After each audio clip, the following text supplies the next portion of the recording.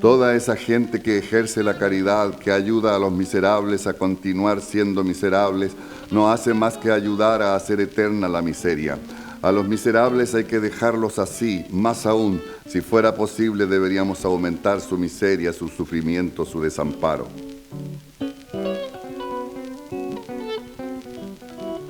¿Por qué crees tú que la Iglesia y la burguesía crean instituciones de beneficencia y de caridad? Para sujetar a esa gente donde está, porque esa gente se siente tan terriblemente hundida, tan ferozmente destrozada, que cualquier ayuda, un par de zapatos o una camiseta, por usados que estén, constituyen para ellos una felicidad.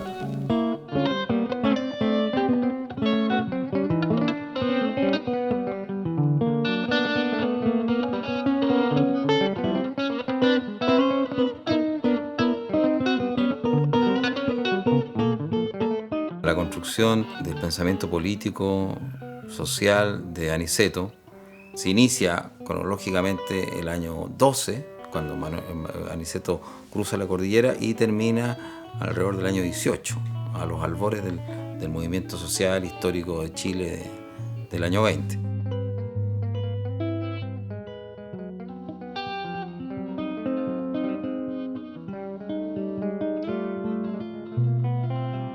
Toda esta tetralogía y Sombras contra el muro son textos profundamente históricos y que claramente no se pueden leer ni entender en otro contexto que no fuera el de Chile, en este caso, de principios del siglo XX.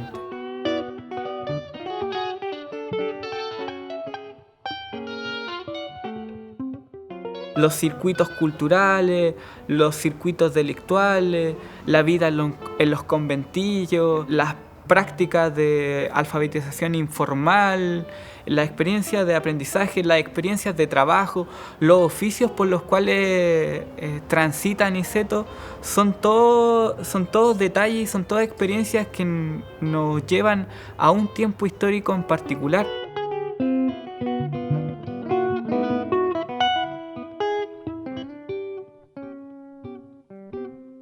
Muchos de los que nos dedicamos a la historia hemos tenido que recurrir precisamente a la literatura y nos hemos encontrado con mucha sorpresa. ¿Ya? Es decir, yo me acuerdo, para escribir sobre la peluquería del pueblo, las mejores descripciones que tuve fue precisamente de Manuel Rojas y José Santos González Vera. Por lo tanto, ahí se funden. Debería enseñarse historia con esta obra, porque usualmente nos enseñan la historia como un desfile de fechas, de datos, de generales, de batallas, etc. Pero la historia es lo vivo, lo contradictorio, lo que tiene sangre y hueso, no sé, la alegría, la tristeza, la esperanza. Y eso es lo que se ve en Manuel Rojas y en la experiencia de Aniceto, las luces y las miserias de la vida cotidiana. Y por eso este texto es fundamentalmente histórico.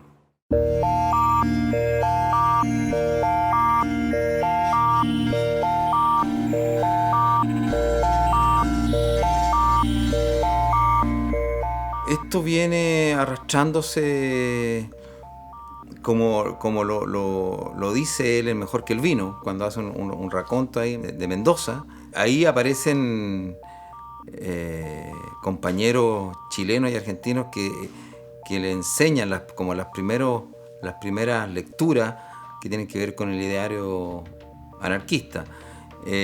Por lo tanto, es lo que se le dio también.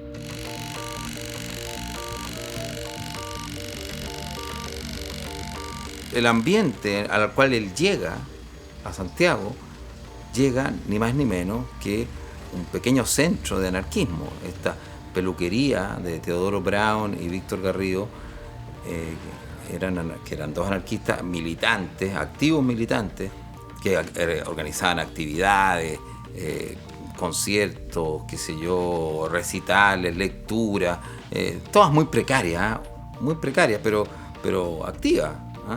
Y él llega ahí.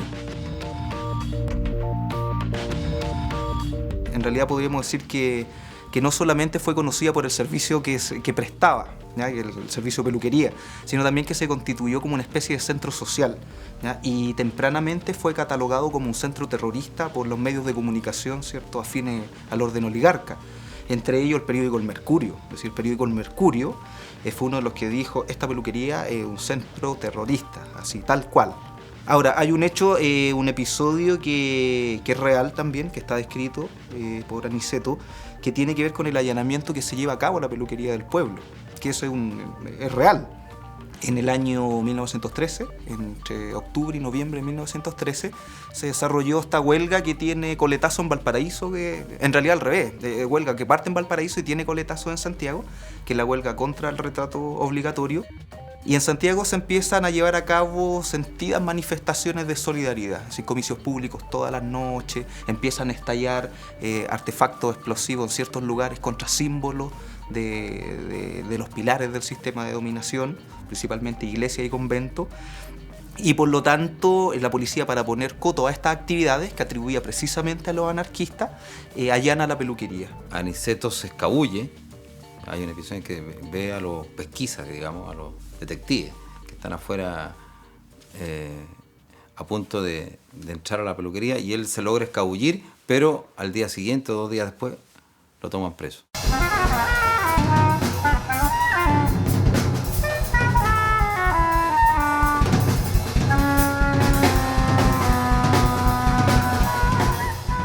Si uno fuera suspicaz, podría decir que Aniceto nunca se mete en los conflictos políticos relevantes. Incluso que a veces digamos, se ve involucrado involuntariamente en algunos problemas. Yo creo que Aniceto todavía reivindica la posición del observador, porque es el que puede reflexionar, hacer el juicio. En Hombres contra el Muro hay una distinción que me parece importante entre la acción y la reflexión. Aniceto reflexiona, Aniceto juzga, y quienes no logran reflexionar y solamente actúan son los que terminan en este como lugar medio desviado del uso de la violencia injustificado.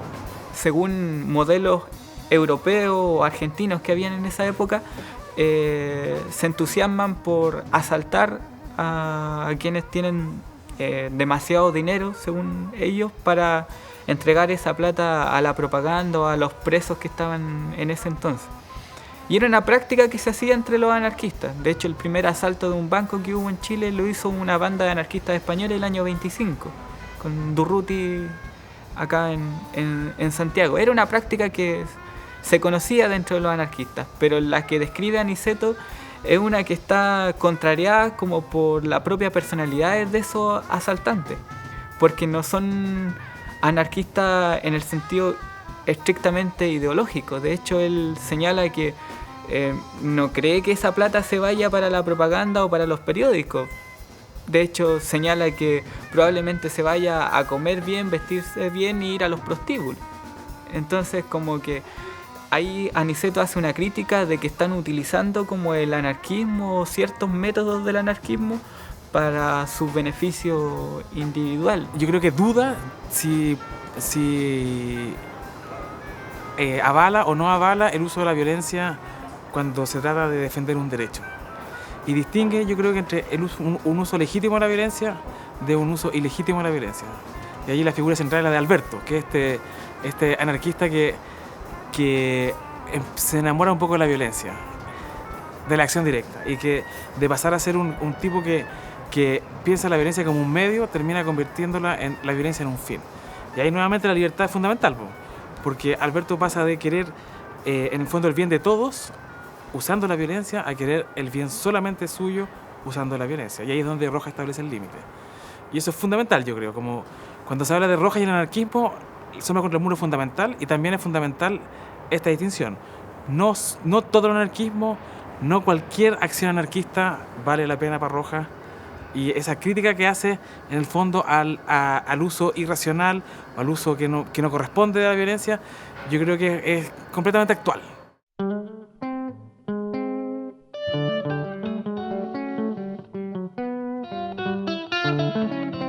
También ha oído hablar de la libertad, de la explotación del hombre por el hombre e incluso del superhombre, y cree en ello y piensa en ello y cree que el hombre, todos los hombres, no solo unos pocos, pueden alcanzar alguna vez un alto desarrollo y un gran destino.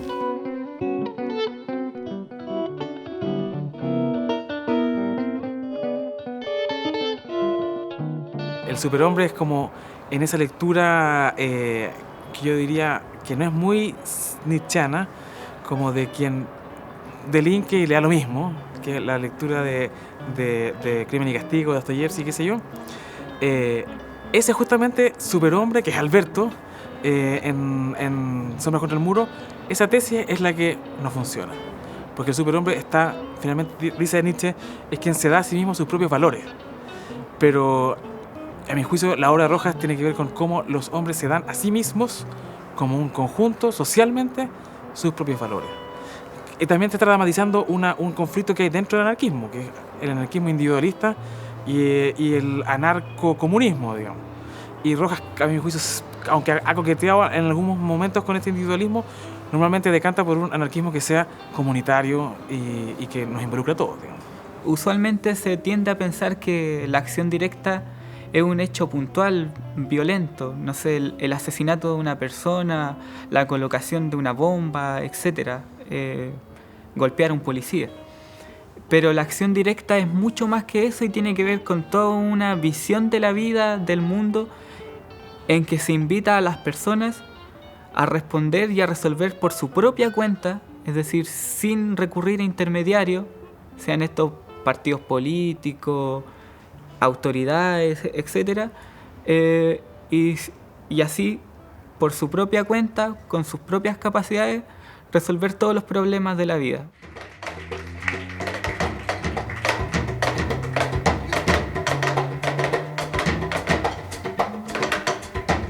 El ideal y el sueño de los hombres libres, sin gobierno, sin religión, sin ejército, sin policía, el apoyo mutuo, la conquista del pan, así hablaba Zaratustra a la sociedad futura. Oh hermano, antes que esclavo, prefiere morir.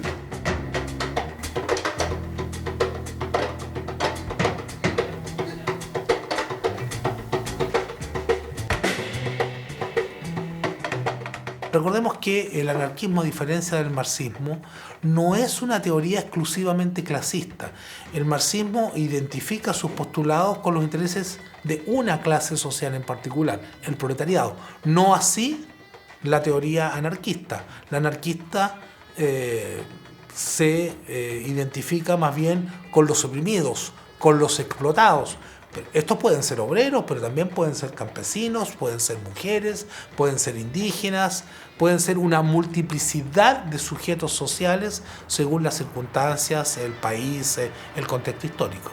En la salud, acción directa sería dejar de recurrir a los espacios del Estado, a los hospitales, y generar sus propias instancias en donde resolver ese problema. Así, por ejemplo, los anarquistas chilenos sostuvieron un policlínico desde el año 23 a los años 50, que duró más de 30 años, en donde ellos mismos se daban salud entre las propias familias proletarias, sin recurrir a ayuda estatal.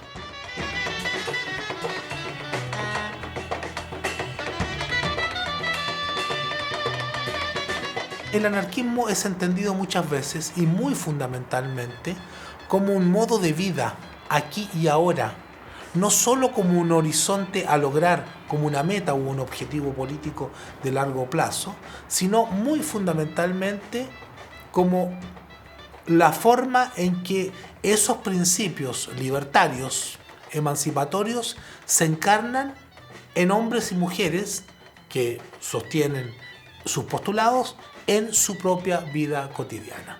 Hay un horizonte, hay una meta, pero también hay algo que es interno, que es aquí y ahora, y que tiene que ver con el modo como vivimos la vida, si la vivimos o no conforme a los postulados ácratas o libertarios.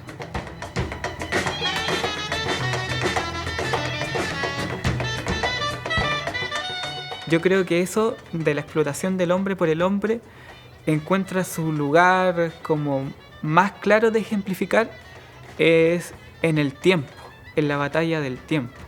En Hijo de Ladrón, por ejemplo, al final hace toda una reflexión en torno a, dice él, denme tiempo, solo tiempo.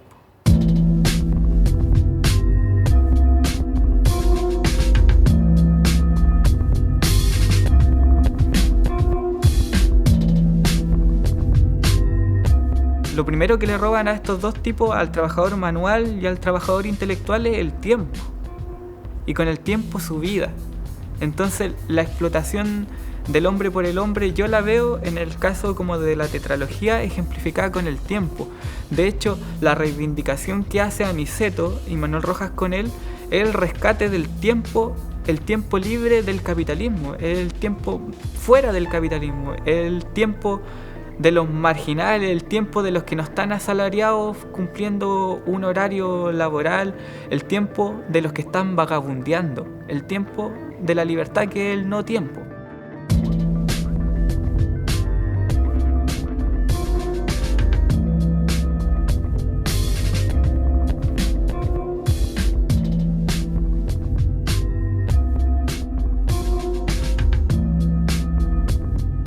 Es un acercamiento desde el punto de vista emocional. Es la emoción, es el sentimiento el que lleva a Aniceto a adherir a estas ideas anarquistas como una forma de superar la condición no solamente personal, sino también la condición de sus compañeros, de la sociedad. De hecho lo dice, ¿no es cierto? El relato dice: Aniceto tiene una idea poética del anarquismo. Y eso, por supuesto, no le quita profundidad a la convicción que tiene Aniceto de que esas son las ideas que pueden llevar a construir una sociedad mejor. Aquí hay una mezcla que es bien curiosa, digamos, que es los anarquistas históricamente han sido letrados, ilustrados. Hay una especie de curiosa paradoja, porque el ideal anarquista propone que la vida sin jefe, sin gobierno, es una vida natural, es una vida primordial. Pero para llegar a esa vida natural y primordial hay que leer, hay que formarse, hay que estar siempre leyendo. Y Rojas adscribe, yo diría, por una parte desde el anarquismo, pero por otra parte desde su propia sensibilidad como artística. Y entonces aquí hay una cosa también que es muy interesante. Normalmente uno lee Hijo del Ladrón o las novelas de Rojas como una expresión de una conciencia relativamente espontánea. Pero en Sombras contra el Muro aparece esta dimensión como completamente deliberada de la formación intelectual del artista. No es solo el sentimiento, también aquí hay una formación intelectual que es relevante y importante. Y eso es una cosa que Rojas hace desde la autoformación. Es un autodidacta, Rojas.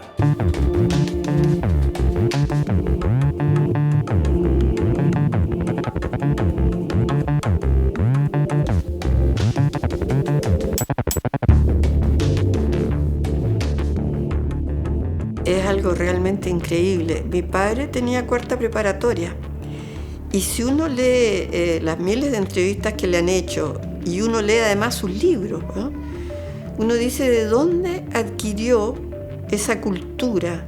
Por ejemplo, si uno lee la poesía de la Revolución, todo el análisis que hace de la poesía, toda la profundidad de su reflexión, todas las citas que hace de otros escritores, ¿no?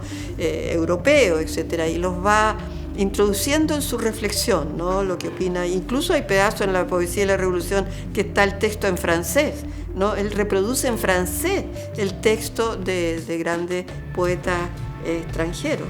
Entonces, ¿cómo mi padre llegó con esa educación de 4 años, cuarta preparatoria? Yo creo que fue mucho a través de todos sus amigos que logró tener, o sea, de la riqueza que le aportaron los amigos que encontró, ¿no?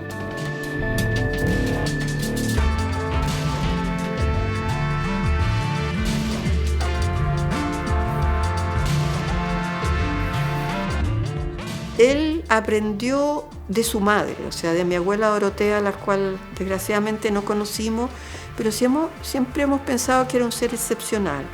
O sea, mi abuela, muy pobre, no, por supuesto se sabe que el padre murió cuando él era muy niño, pero la abuela era muy, muy pobre. Pero era una mujer, yo creo además que ella tenía un pensamiento anarquista. Si uno analiza lo que ella le transmite a mi padre, ahí hay varios valores que le entrega de tipo anarquista.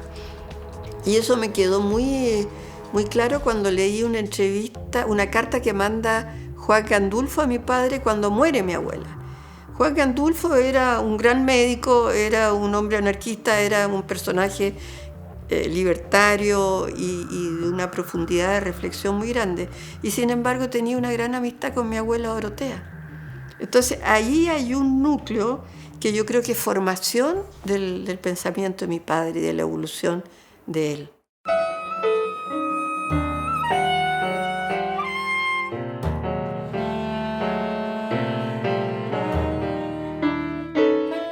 El historiador Alberto Arambur, él dice que a comienzos del siglo XX no es posible hablar de anarquismo, sino que es posible hablar de anarquismos en plural. Y dice, es más preciso, de hecho, hablar de horizonte anarquista. Y horizonte anarquista entendiendo el anarquismo como una corriente ideológica donde los sujetos hacen diferentes lecturas y donde hay contradicción a propósito de ciertos temas que tienen que ver precisamente con el sindicalismo, que tienen que ver con el feminismo, que tienen que ver con el tema moral de que hablábamos, que tiene que ver con el tema de la organización.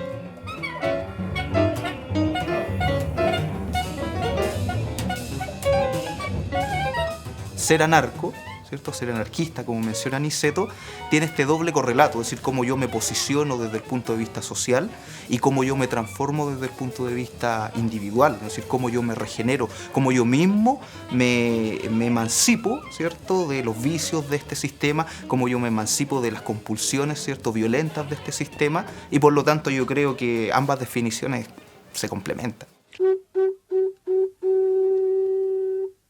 El ser humano, el hombre, la mujer, el niño, ni más arriba ni más abajo, iguales siempre, el primero entre sus iguales. ¿Cómo hacerlo? ¿Cómo llegar a ello? No hay más que un medio, la revolución, la huelga general, la grande, abolición de la propiedad, socialización de los medios de producción, el amor libre, el libre acuerdo. Parecía un sueño, tal vez, o seguramente era un sueño.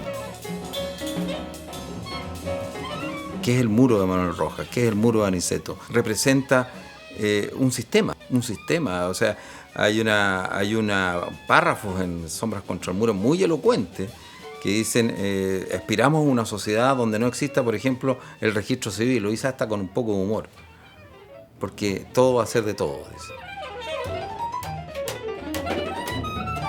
Eso es el muro. Son una institucionalidad represora, ¿no es cierto?, muy fuerte, son toda una estructura armada para que los hombres no se encuentren. La aspiración, lo dice el autor, la aspiración de la sociedad anarquista es una sociedad basada en el amor y en el trabajo. Y todos somos iguales, la igualdad. Gran parte vive en barrios construidos al margen de la ciudad y de la llamada civilización y de los cités, de los conventillos, de las poblaciones que crecen de la noche a la mañana y hasta de las casas en que parece que no hubiera necesidad de pensar en el porvenir y de querer ser algo. Salen hombres y mujeres que ambicionan o quieren llegar a ser algo. No se trata de grandes deseos, aunque a veces también los hay, sino en infinitos casos solo de subsistir, comer, habitar en alguna parte, cubrirse, procrear. Lo del otro lado no se sabe qué es, pero se sabe que es algo bueno. No se sabe qué es, pero se sabe que es algo bueno. Pero también muestra la impotencia de Aniceto en el sentido de que ver por una parte de que los que están arriba y los que impiden pasar al otro lado no van a soltar su posición por las buenas. Es decir, hay que hacer algo más allá de las palabras. Pero el propio Aniceto, a través de estas novelas, se muestra no contrariado, no condena moralmente a los que prefieren las armas, por ejemplo, para luchar. Pero él no se siente cómodo en esos espacios. Se imaginó que un muro muy alto como el de los Lamentos o como los de Jericó se erguía delante de todos ellos y de otros como ellos, un muro que no se podía penetrar ni subir y ante el cual no hacían más que hablar, gritar, llorar y morir. Detrás del muro existía la posibilidad de amor, de justicia, de abundancia, de paz, pero miles de individuos acompañados de sus sirvientes estaban en lo alto.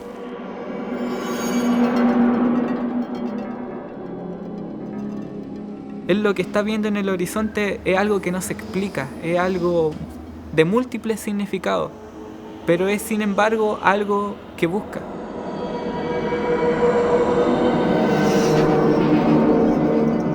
Conecto la experiencia de Aniceto con la experiencia de la búsqueda y la búsqueda como de construirse a sí mismo como hombre, su experiencia de vida.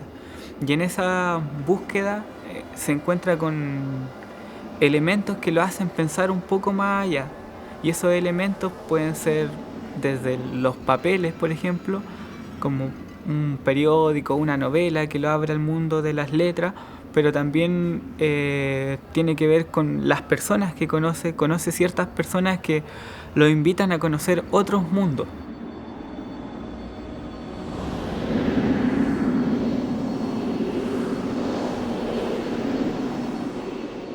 Cuando se habla de la herida en Hijo Ladrón, es como si el hombre estuviera para siempre condenado a tener esa herida. En cambio, en Hombres contra el Muro, el impulso es el impulso que hace que exista la política, que hace que exista la ciencia, que hace que exista la modernidad, el impulso del perfeccionamiento. Estamos mal, estamos en algún sentido condenados, pero no es para siempre. El hombre tiene como la obligación de ser feliz, de progresar, diría yo. Y eso para mí, en ese sentido, me habla el final de Hombres contra el Muro. Hijo Ladrón y Mejor que el Vino dejan abierto una posibilidad de superación, qué sé yo. Acá no. Acá el último párrafo, bastante desesperanzado. ¿Tú piensas que todo ha cambiado? No, no ha cambiado nada. Así termina la novela. Entonces,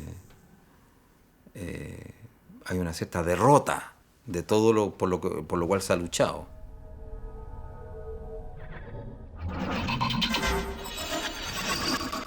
Y no se me venga a botar a insolente el carajo. Hay que dignificar al hombre. El hombre solo está jodido, compañero. ¿Tú crees que todo se ha arreglado? No, no se ha arreglado nada.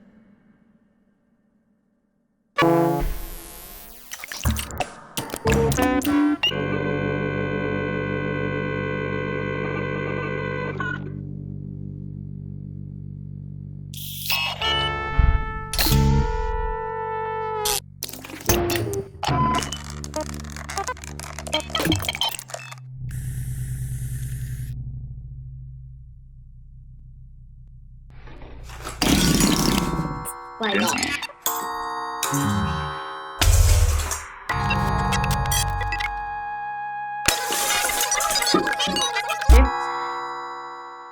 Dang.